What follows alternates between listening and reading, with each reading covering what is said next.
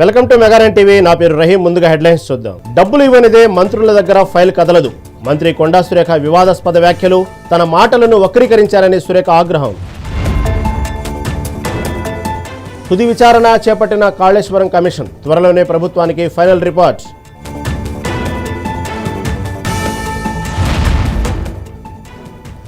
AG ఆసుపత్రిని సందర్శించిన సుందరిమణులు, కాసేపట్లో మహబూబ్ నగర్ పిల్లల మర్రికి అందగత్తెలు.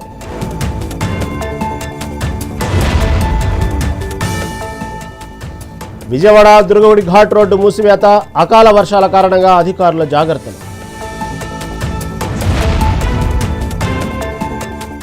తెలంగాణ మంత్రి కొండా సురేఖ వివాదాస్పద వ్యాఖ్యలు చేశారు. మంత్రుల దగ్గర ఏ పని జరగాలన్నా, ఏ ఫైల్ ముందుకు కదలాలన్నా డబ్బులు ఇవ్వాల్సిందేనని సురేఖ హాట్ కామెంట్ చేశారు. తోటి మంత్రులపైనే సురేఖ ఇలాంటి వ్యాఖ్యలు చేయడంతో తెలంగాణలో ఏం జరుగుతుందని పలువురు విమర్శలు గుర్తిస్తున్నారు. అయితే తన వ్యాఖ్యలను కొందరు వక్రీకరిస్తున్నారని కొండా సురేఖ ఫైర్ అయ్యారు. బీఆర్ఎస్ హయాంలో మంత్రులు డబ్బులు తీసుకున్నారని, వాళ్ళు ఉద్దేశించిన వ్యాఖ్యలు చేశానని తెలియజేశారు. మామూలుగా మంత్రులు అట్లాంటి ఫైల్స్ వచ్చినప్పుడు డబ్బులు తీసుకొని క్లియరెన్స్లు ఇస్తూ ఉంటారు. నేనన్నా మాకు ఒక న్యాయ పైసా మీరు ఇవ్వాల్సిన అవసరం లేదు, మీరు సమాజ సేవ చేయండి, మా స్కూల్ ఒకటి డెవలప్ చేయండి, మా పేరు మీ దగ్గరికి కొన్ని కంపెనీలవి క్లియరెన్స్ కోసం అని చెప్పి ఫైల్స్ వస్తూ ఉంటాయి. మామూలుగా మంత్రులు, నేను ఒక ఫారెస్ట్ మినిస్టర్గా ఉన్నాను కాబట్టి నా దగ్గరికి కొన్ని కంపెనీలవి క్లియరెన్స్ కోసం అని చెప్పి ఫైల్స్ వస్తూ ఉంటాయి. మామూలుగా మంత్రులు అట్లాంటి ఫైల్స్ వచ్చినప్పుడు డబ్బులు తీసుకొని క్లియరెన్స్లు ఇస్తూ ఉంటారు. నేనన్నా మాకు ఒక న్యాయ పైసా మీరు ఇవ్వాల్సిన అవసరం లేదు, మీరు సమాజ సేవ చేయండి, మా స్కూల్ ఒకటి డెవలప్ చేయండి, మా పేరు మీద అది మీ పేరు గుర్తుండిపోతుంది అని చెప్పినప్పుడు వాళ్ళు మేము పై వాళ్ళతో మాట్లాడాలి మేడం, మా చేతుల్లో లేదు అని సదానంద రెడ్డి. నేను ఒక కాళేశ్వరం ప్రాజెక్టు బ్యారేజీల నిర్మాణం విషయంలో జరిగిన అవకతవకలపై కమిషన్ తుది విచారణ చేపట్టింది. విచారణ నిమిత్తం జస్టిస్ పిసి ఘోష్ హైదరాబాద్ చేరుకున్నారు. 2 వారాల పాటు జస్టిస్ ఘోష్ హైదరాబాద్లోనే ఉండనున్నారు. ఈ నెల 31తో కాళేశ్వరం కమిషన్ గడువు ముగియనుంది. ఈలోపే తుది నివేదికను ప్రభుత్వానికి సమర్పించనుంది కమిషన్. మిస్ వరల్డ్ 2025లో పాల్గొంటున్న మిస్ వరల్డ్ పోటీదారులు ఏజీ ఆసుపత్రిని సందర్శించారు. మెడికల్ టూరిజంలో భాగంగా గచ్చిబౌలి ఏజీ హాస్పిటల్కి వెళ్లారు. అనంతరం మహబూబ్ నగర్ జిల్లాలోని పిల్లల మర్రికి వెళ్లనున్నారు. ఆ తర్వాత హైదరాబాద్లోని ఎక్స్పీరియం ఎకో టూరిజం పార్కును ప్రపంచ సుందరిమణులు సందర్శించనున్నారు.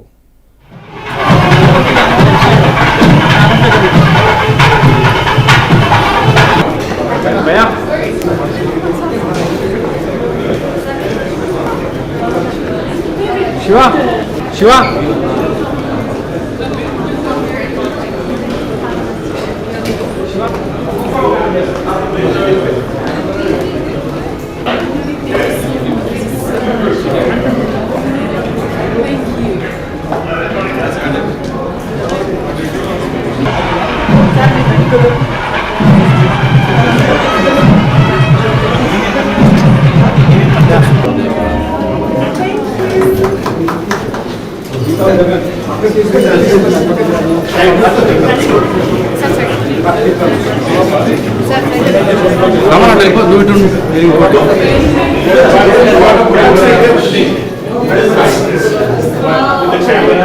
మీరు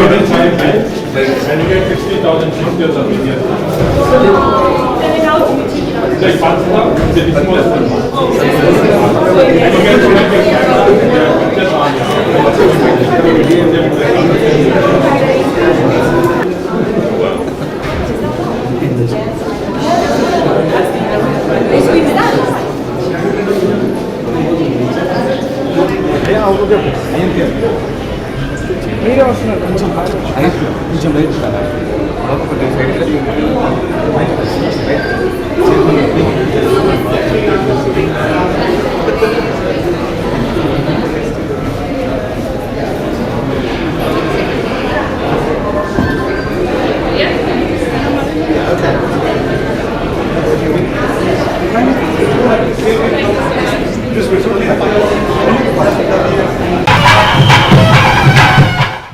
తెలంగాణ సీఎం రేవంత్ రెడ్డి ఇవాళ విద్యుత్ శాఖ అధికారులతో సమావేశం కానున్నారు.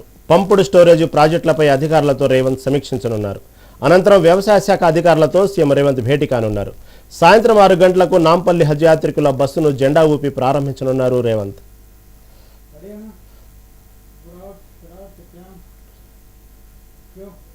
తిరుమల శ్రీవారిని శుక్రవారం ఉదయం పలువురు ప్రముఖులు దర్శించుకున్నారు. శ్రీవారి దర్శనానికి వచ్చిన ఇస్రో చైర్మన్ నారాయణన్కి టీటీడీ అధికారులు స్వాగతం పలికి దర్శన ఏర్పాట్లు చేశారు.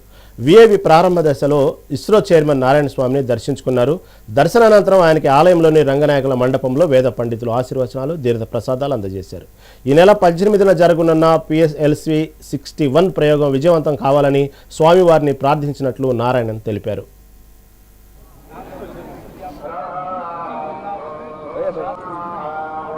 Early morning 5:59 we have scheduled the 101st launch of India. The PSLV C61 rocket will be lifting the Earth observation satellite 09. As you all are aware, the Indian space program was started in the year 1962. Now almost we are completing 63 years. This will be the 63rd launch of the PSLV, and we are going to have a Earth observation satellite which is going to serve the country in all domains of Earth observation. It will be all weather satellite, irrespective of the cloud or rain. It can take the Earth observation data and serve the country in all domains. Early morning. Welcome to mega 9 TV. Nizamabad జిల్లా వ్యవసాయ శాఖలో Praveen agriculture ఆఫీసర్గా ఉత్తమ సేవలు అందించి అందరి మన్ననలు, అవార్డులు పొందారు. సరిగ్గా ఏడాది కిందట పార్లమెంట్ ఎన్నికల కౌంటింగ్ విధులు నిర్వర్తించిన అనంతరం గుండెపోటుతో హఠాన్ మరణం ఆయన కుటుంబాన్ని అనాథల్ని చేసింది. ఉత్తమ సేవలు అందించిన ఆయన కుటుంబానికి మాత్రం నిరీక్షణ బహుమానమైంది. సాంత్వనకు ఏడాదిగా ఎదురుచూపులు తప్పడం లేదు. వ్యవసాయ శాఖ నుంచి ఆ కుటుంబానికి సాయం అందడం లేదు. భార్య, పిల్లలు, తల్లి అంతా ప్రవీణ్ ఫోటోలు పట్టుకొని కలెక్టరేట్కు వచ్చి కన్నీరు మున్నీరవుతున్నారు. ఒక ప్రభుత్వ ఉద్యోగి చనిపోతే హక్కుల కోసం పోరాటం చేయాలా అని రోధిస్తూ ప్రశ్నిస్తున్న ప్రవీణ్ కుటుంబ సభ్యులతో మా నిజామాబాద్ ప్రతినిధి విఘ్నేష్ మరిన్ని వివరాలు అందిస్తారు. నిజామాబాద్ జిల్లా దర్పల్లి మండలంలో ప్రవీణ్ అనే ఆఫీసర్ ఏవోగా పనిచేశారు. వ్యవసాయ శాఖలో వ్యవసాయ శాఖ అధికారిగా పనిచేశారు. ఆయన పార్లమెంట్ ఎన్నికల సమయంలో గుండెపోటుతో మరణించారు. ఆయన కుటుంబ సభ్యులు కావచ్చు, ఆయన వాళ్ళ కుటుంబం మొత్తం కూడా నిజామాబాద్ జిల్లా కలెక్టరేట్కు తరలి వచ్చింది. మనం చూస్తున్నాం, ఫోటోలు పట్టుకొని వీళ్ళంతా కూడా ఇక్కడికి వచ్చి వారి సమస్యను చెప్పుకునేందుకు కలెక్టరేట్కి వచ్చారు. కలెక్టర్ని కూడా కలిశారు. వారితో మాట్లాడదాం. అమ్మ, చెప్పండి, ఇప్పుడు ఏం జరిగింది? ఇప్పుడు మీరు ఎందుకు ఈ కలెక్టరేట్ చుట్టూ తిరుగుతున్నారు? చనిపోయి 1 year అవుతుందండి. నేను తను చనిపోయిన 1 month దగ్గర నుంచి వీళ్ళ ఆఫీస్లో చుట్టూ కాళ్ళు అరిగే వరకు తిరుగుతున్నా, నాకు కావాల్సిన మానిటరీ బెనిఫిట్స్ కోసమని. అయితే మానిటరీ బెనిఫిట్స్ వాళ్ళు సెటిల్ చేసే క్రమంలో ఈ TSGLI గురించి తెలిసింది. దాంట్లో నా భర్త ప్రపోజల్ ఫామ్ ఇచ్చినా కూడా ఆ ప్రపోజల్ ఫామ్ను తను చేసిన మిస్టేక్ వల్ల తను ఫార్వర్డ్ చేయలేక నా భర్త చనిపోయిన 3 daysకి ఫార్వర్డ్ చేసి మిగతా వాళ్ళవి పంపించాడు. తినవి మాత్రం పంపించలేదు. ఆ విషయంలో మాకు పూర్తిగా ఒక 10 to 15 lakhs వరకు అన్యాయం జరిగింది. నేను దానికోసం ఆయనని క్వశ్చన్ చేసేసరికి మిగతా ఫైల్స్ సెటిల్మెంట్లో కూడా తను జాప్యం చేస్తున్నాడు. అంటే కావాలని మమ్మల్ని ఇబ్బందులకు గురి చేస్తున్నాడు. ఇంకా పైనుంచి నేను ఇట్లా క్వశ్చన్ చేసేటప్పటికి అంటే నష్టపోయింది మేమే, పైనుంచి తనే నష్టపోయినట్టు ఏదో అంటే సింపతి క్రియేట్ చేసుకొని నాకు హెల్ప్ చేసిన వాళ్ళందరినీ కూడా ఇబ్బంది పెడుతూ వాళ్ళని కూడా వ్యక్తిగతంగా దూషిస్తూ కమిషనర్ దగ్గరికి, మళ్ళీ డైరెక్టర్ ఆఫ్ అగ్రికల్చర్ దగ్గరికి వెళ్ళి తనే మా మీద కంప్లైంట్ చేస్తున్నాడు. అంటే వెళ్ళాల్సింది నేను యాక్చువల్గా అయితే, కానీ నేను ఈ బాధలో నేను ఇంట్లోకి ఈ ఆఫీస్లో చుట్టూ తిరగడానికి నాకు టైం సరిపోవట్లేదు. ఇంకా పైనుంచి ఈ ఫ్యామిలీ పోషణ నాకు భారంగా మారింది. ఇట్లాంటి సిచ్యువేషన్లో ఆయననే నన్ను ఇంకా ఈమె ఆఫీస్కి వచ్చి నా దగ్గర న్యూసెన్స్ వేసింది, మిగతా వాళ్ళందరినీ తీసుకొచ్చి అని చెప్పేసి మళ్ళీ ఇవి సెటిల్మెంట్ చేయడానికి కూడా మా దగ్గర 25,000 డబ్బులు అడిగిండు అతను. మళ్ళీ ఇవి చేయడానికి కూడా వరంగల్ నుంచి ఒక అతన్ని రప్పించిండు. అతను చేస్తేనే నేను సాటిస్ఫై అవుతా, మిగతా ఎట్లా కూడా నేను సాటిస్ఫై కాని ఎవరు చేసినా నేను సాటిస్ఫై కాంది వర్క్ చెయ్యను అని నిర్మోహమాటంగా చెప్పిండు అతను. అయితే మేము డబ్బులు ఎందుకు ఇవ్వాలి సార్? అతని డ్యూటీ అది చేయాల్సింది. తన కింద ఆఫీసర్ చనిపోతే తన సెటిల్మెంట్స్ అన్నీ క్లియర్ చేసి మా చేతికి అప్పచెప్పాలి అతను. అది చెయ్యకుండా మా దగ్గర డబ్బులు ఎక్స్పెక్ట్ చేస్తూ మళ్ళీ పైనుంచి మమ్మల్ని ఇబ్బంది పెడుతూ ఇంకా తను సాటిస్ఫై కావాలని చెప్తుండు. తనని ఎట్లాంటి సాటిస్ఫాక్షన్ చేయాలో మాకైతే అర్థం కాలేదు అస్సలకి. నేను ప్రవీణ్ వాళ్ళ సిస్టర్ని. ఇన్ని బాధ్యతలతో ఆమె భర్త పోయిన అనే బాధతో ఇంట్లో లేకుండా చుట్టూ తిరుగుతుంటే ఆయన చేసినన్ని రోజులలో అధికారం అందరికి ఎవరికి అన్యాయం జరిగిన న్యాయం క్షణ నిలబడి చేసినందుకు ఆయన కుటుంబాన్ని ఇట్లా దింపడం ఎంతవరకు కరెక్టో మాకు అర్థం అవ్వట్లేదు సార్. మాకు న్యాయం జరగాలి అంతే. తల్లి కూడా కన్నీరు మున్నీరు అవుతుంది. అమ్మ చెప్పండి అమ్మా, మీ కొడుకు చనిపోయారు, ఇప్పుడు ఎట్లా ఉందమ్మా పరిస్థితి చెప్పండి. సంవత్సరం అవుతుంది సార్, అన్నిటికీ వాసి నా కొడుకు కనిపించకుండా అయ్యిండు. ఈ బాధలో మేము ఉన్నాం సార్. నా కొడుకు ఇడిచిపెట్టిన భార్య పిల్లల్ని ముగ్గురిని ఇంటి కర్తలను చేసి ఆయన ఎల్లుకున్నాడు. మా రెక్కలు ఇరిగినాయి సార్. మాతోని మా అమ్మ ఉంటుంది. మా అమ్మ 10th వరకు పాలమ్మి నా కొడుకుని చదివించింది. మా అమ్మను పోషించేవాడు నా కొడుకే. మా అమ్మతోని మేము ముగ్గురం పేషెంట్లం సార్. నా భర్తకు హార్ట్ పేషెంట్, మా అమ్మకు షుగరు బీపీ, నాకు సుఖ ఇక్కడ గొంతు ఆపరేషన్ అయింది. మాకు రెక్కలు లేవు సార్. నా కోడలకు నా కొడుకు ఫలితం అంతా దక్కేలా చూడాలా. ఆమెకు పింఛని, మా పిల్లలు చదువుకొని తండ్రి పేరు నెరవేరాలని నా కోరిక ఉన్నది. కానీ సార్ ఇవన్నీ జరగకపోతే నేను సుఖ ఆత్మహత్య చేసుకొని సత్తా సార్. చూస్తున్నాం, ఉత్తమ సేవా ప్రశంసా పత్రం అందుకున్నారు కలెక్టర్ సిపిల చేతుల మీదుగా. ఇట్లాంటి ఉత్తమ సేవలు అందించిన ఈ ప్రవీణ్ కుటుంబం చాలా ఇబ్బందులు పడుతుంది ప్రస్తుతం. ఆయన చనిపోయిన తర్వాత ఏడాది గడుస్తున్నా కానీ ఎట్లాంటి బెనిఫిట్స్ అందక వీళ్ళంతా కూడా ఇబ్బందులు పడుతున్నారు. కలెక్టరేట్ చుట్టూ అధికారుల చుట్టూ కాళ్ళు అరిగేలా తిరుగుతున్నారు. వీరికి న్యాయం జరగాల్సిన అవసరం ఉంది. సంవత్సరం గడిచినా కూడా ఇంతవరకు ఎట్లాంటి బెనిఫిట్స్ కానీ ఉద్యోగం కానీ కనీసం పెన్షన్ కూడా ప్రారంభం కాలేదని వీళ్ళంతా కూడా ఆవేదన వ్యక్తం చేసిన పరిస్థితులు కనిపిస్తున్నాయి. కెమెరామెన్ రవీందర్తో విఘ్నేశ్వర్, మెగా 9 న్యూస్, నిజామాబాద్. కర్ణాటకకు చెందిన వర్ష ట్రావెల్స్ సంస్థ తిరుమల శ్రీవారి భక్తులను మోసం చేసిన ఘటన వెలుగులోకి వచ్చింది. బెంగళూరు నుంచి తిరుమలకు టూర్ ప్యాకేజీ, రవాణా సౌకర్యం, దర్శనం కల్పిస్తానని చెప్పి ఒక్కో భక్తుడి నుంచి 3,350 రూపాయలు వసూలు చేసింది. నకిలీ టికెట్లు ఇచ్చి తిరుమలకు పంపింది. ఇలా 35 మంది భక్తులు తిరుమల శ్రీవారి దర్శనం కోసం టికెట్లతో వచ్చారు. టీటీడీ వారిని అడ్డుకోవడంతో నకిలీ టికెట్ గుట్టు రట్టయింది. తమను మోసం చేసిన సంస్థపై చర్యలు తీసుకోవాలని భక్తులు నిరసన వ్యక్తం చేశారు. దీనిపై టీటీడీ విజిలెన్స్ అధికారులు 1 టౌన్ పోలీసులు విచారణ చేస్తున్నారు. 2,300 తీసుకున్నారు. ఇప్పుడు చూస్తే రేపు కంటే దర్శనం అవుతుంది అని చెప్పారు సార్. ఇది ట్రావెల్స్ మేము బెంగళూరు నుంచి వచ్చినది మరి, కానీ కుప్పం మాది. నిన్న టికెట్ బుక్ చేసుకుని వచ్చాము. మాది టోటల్ 10 నెంబర్ ఉన్నది. 2,300 రూపీస్ పర్ టికెట్, 1 టికెట్ దర్శనం ఇస్తామనేసి రేపు అవుతుంది అనేసి అక్కడ చెప్తున్నారు సార్. తిరుమలలో అట్లా అని చెప్తున్నారు. వీళ్ళు పే చేసి మాకి 10:36 నెంబర్ ఉంటారు ఆ బస్ లో. ఆ బస్ ని తీసుకొచ్చేసి ఇక్కడ దర్శనం పోవాలంటే 10,000 ఇస్తామంటే కూడా. పల్నాడు జిల్లా వినుకొండలో ట్రాఫిక్ కష్టాలు రోజు రోజుకు ఎక్కువ అవుతున్నాయి. నియోజకవర్గ కేంద్రం కావడంతో వివిధ పనుల నిమిత్తం చుట్టుపక్కల మండలాల నుంచి వినుకొండకు ప్రజలు పెద్ద ఎత్తున వస్తుంటారు. గుంటూరు, కర్నూలు జాతీయ రహదారితో పాటు ప్రకాశం జిల్లా నుంచి హైదరాబాద్ వెళ్లే వాహనాలతో నిరంతరం రద్దీగా ఉంటుంది. వీటికి తోడు ప్రతి సోమవారం నిర్వహించే గొర్రెల మండితో వాహనాల రద్దీ పెరిగి కిలోమీటర్ల మేర వాహనాలు నిలిచిపోవడం సర్వసాధారణమైంది. ఇంత జరుగుతున్నా పోలీసులు ఎలాంటి చర్యలు తీసుకోవడం లేదు. పట్టణ ప్రధాన కూడళ్లలో ట్రాఫిక్ జామ్ అయినా పోలీసు అయినా కనిపించడం లేదని ప్రజలు ఆవేదన వ్యక్తం చేస్తున్నారు.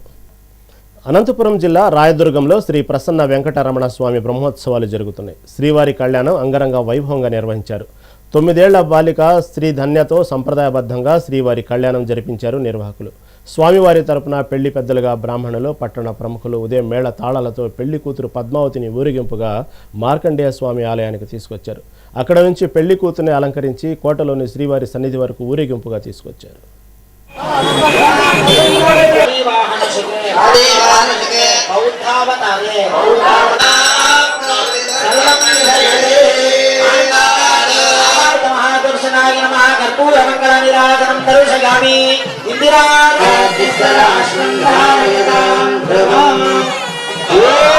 గోవింద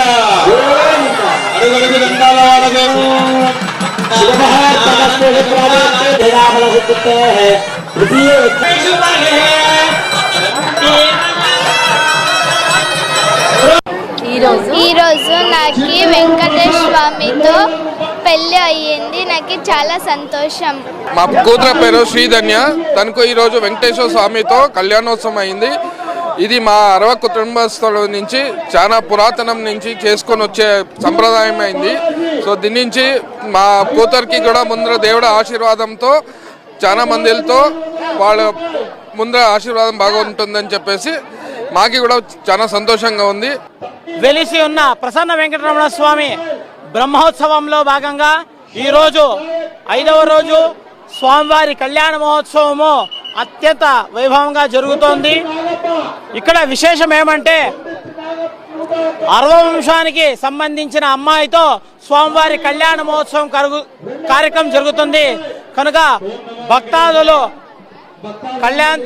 కర్ణాటక అనంతపురం జిల్లా కాకున్నట్టుగా రాష్ట్రంలో నలుమూల నుంచి భక్తాదులు వచ్చి స్వామివారిని దర్శనం చేసుకుని ఈ కార్యక్రమంలో పాల్గొని స్వామివారి కృపకు పాత్రలు అవుతున్నారు. విజయవాడ దుర్గగుడి ఘాట్ రోడ్డును అధికారులు మూసివేశారు. అకాల వర్షాల కారణంగా ఎలాంటి అవాంఛనీయ ఘటనలు జరగకుండా ఘాట్ రోడ్డును తాత్కాలికంగా మూసివేశారు. కనకదుర్గ నగర్ లిఫ్ట్ ద్వారా వీఐపీలను దర్శనానికి పంపిస్తున్నారు ఆలయ అధికారులు.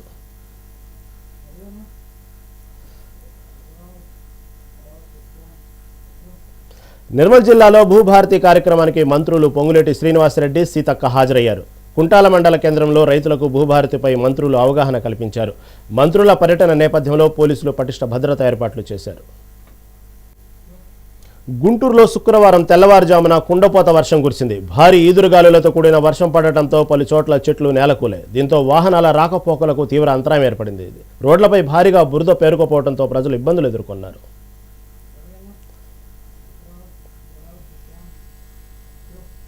కరీంనగర్ జిల్లాలో చేపల వేట విషయంలో 2 గ్రామాల మధ్య చిచ్చురేగింది. గంగాధర మండలం హమ్మత్ నగర్, గడ్బత్కూర్ గ్రామాల శివారులో చెరువు ఉంది. ఈ చెరువులో చేపలు పట్టే విషయంలో ఇరు గ్రామాల మధ్య ముసలం రాజుకుంది. చేపలు పట్టుకునేందుకు మాకి హక్కు ఉందంటూ 2 గ్రామాల ప్రజలు గొడవకు దిగారు. దీంతో సంబంధిత అధికారులు జోక్యం చేసుకుని సయోధ్య కుదిర్చే ప్రయత్నం చేశారు. గ్రామస్తులు ససేమిరా అనడంతో వివాదం పెద్దదైంది. పోలీసులు భారీ బందోబస్తు ఏర్పాటు చేశారు.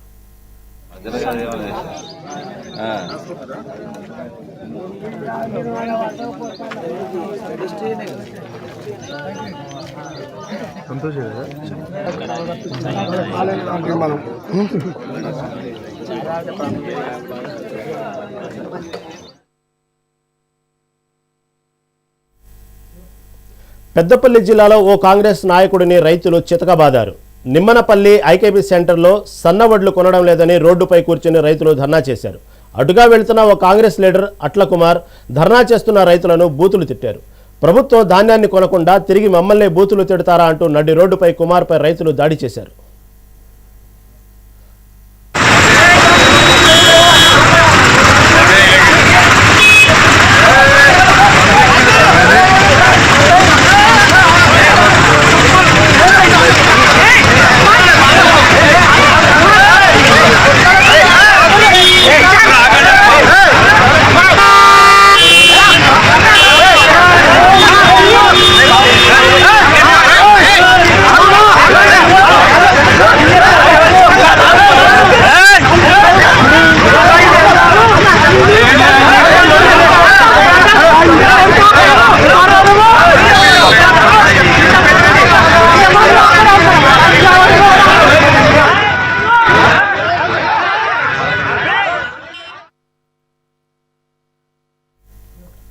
రేణిగుంట రైల్వే స్టేషన్ సమీపంలో ఉన్న ప్రైవేట్ హోటళ్లు, లాడ్జీలలో పోలీసులు ఆకస్మిక దాడులు నిర్వహించారు. తిరుపతి అడిషనల్ ఎస్పీ రవి మనోహరాచారి ఆధ్వర్యంలో జరిగిన ఈ దాడుల్లో 2 అనుమానిత మహిళలను అదుపులోకి తీసుకున్నారు.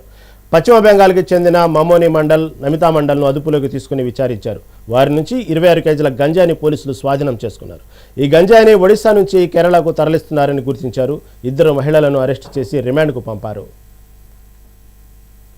నిన్న రాత్రి 9 గంటలకు ఎస్బీఎస్ లాడ్జ్ రూమ్ నంబర్ 2007లో ఉన్నటువంటి 2 లేడీస్ని మమోని మండల్, నమితా మండల్ అనేటువంటి వీళ్ళిద్దరు వెస్ట్ బెంగాల్కి సంబంధించిన వాళ్ళు, పశ్చిమ బెంగాల్. అయితే వీళ్ళ దగ్గర దాదాపు 24.5 కేజీలు ఉన్నటువంటి గంజాయిని స్వాధీనం చేసుకోవడం జరిగింది. దర్యాప్తులో వాళ్ళు ఇంట్రాగేట్ చేస్తే వాళ్ళు ఈ గంజాయి ఒరిస్సా రాష్ట్రం నుంచి కేరళ రాష్ట్రానికి తీసుకెళ్తున్నారు ఎవరో చెబితే.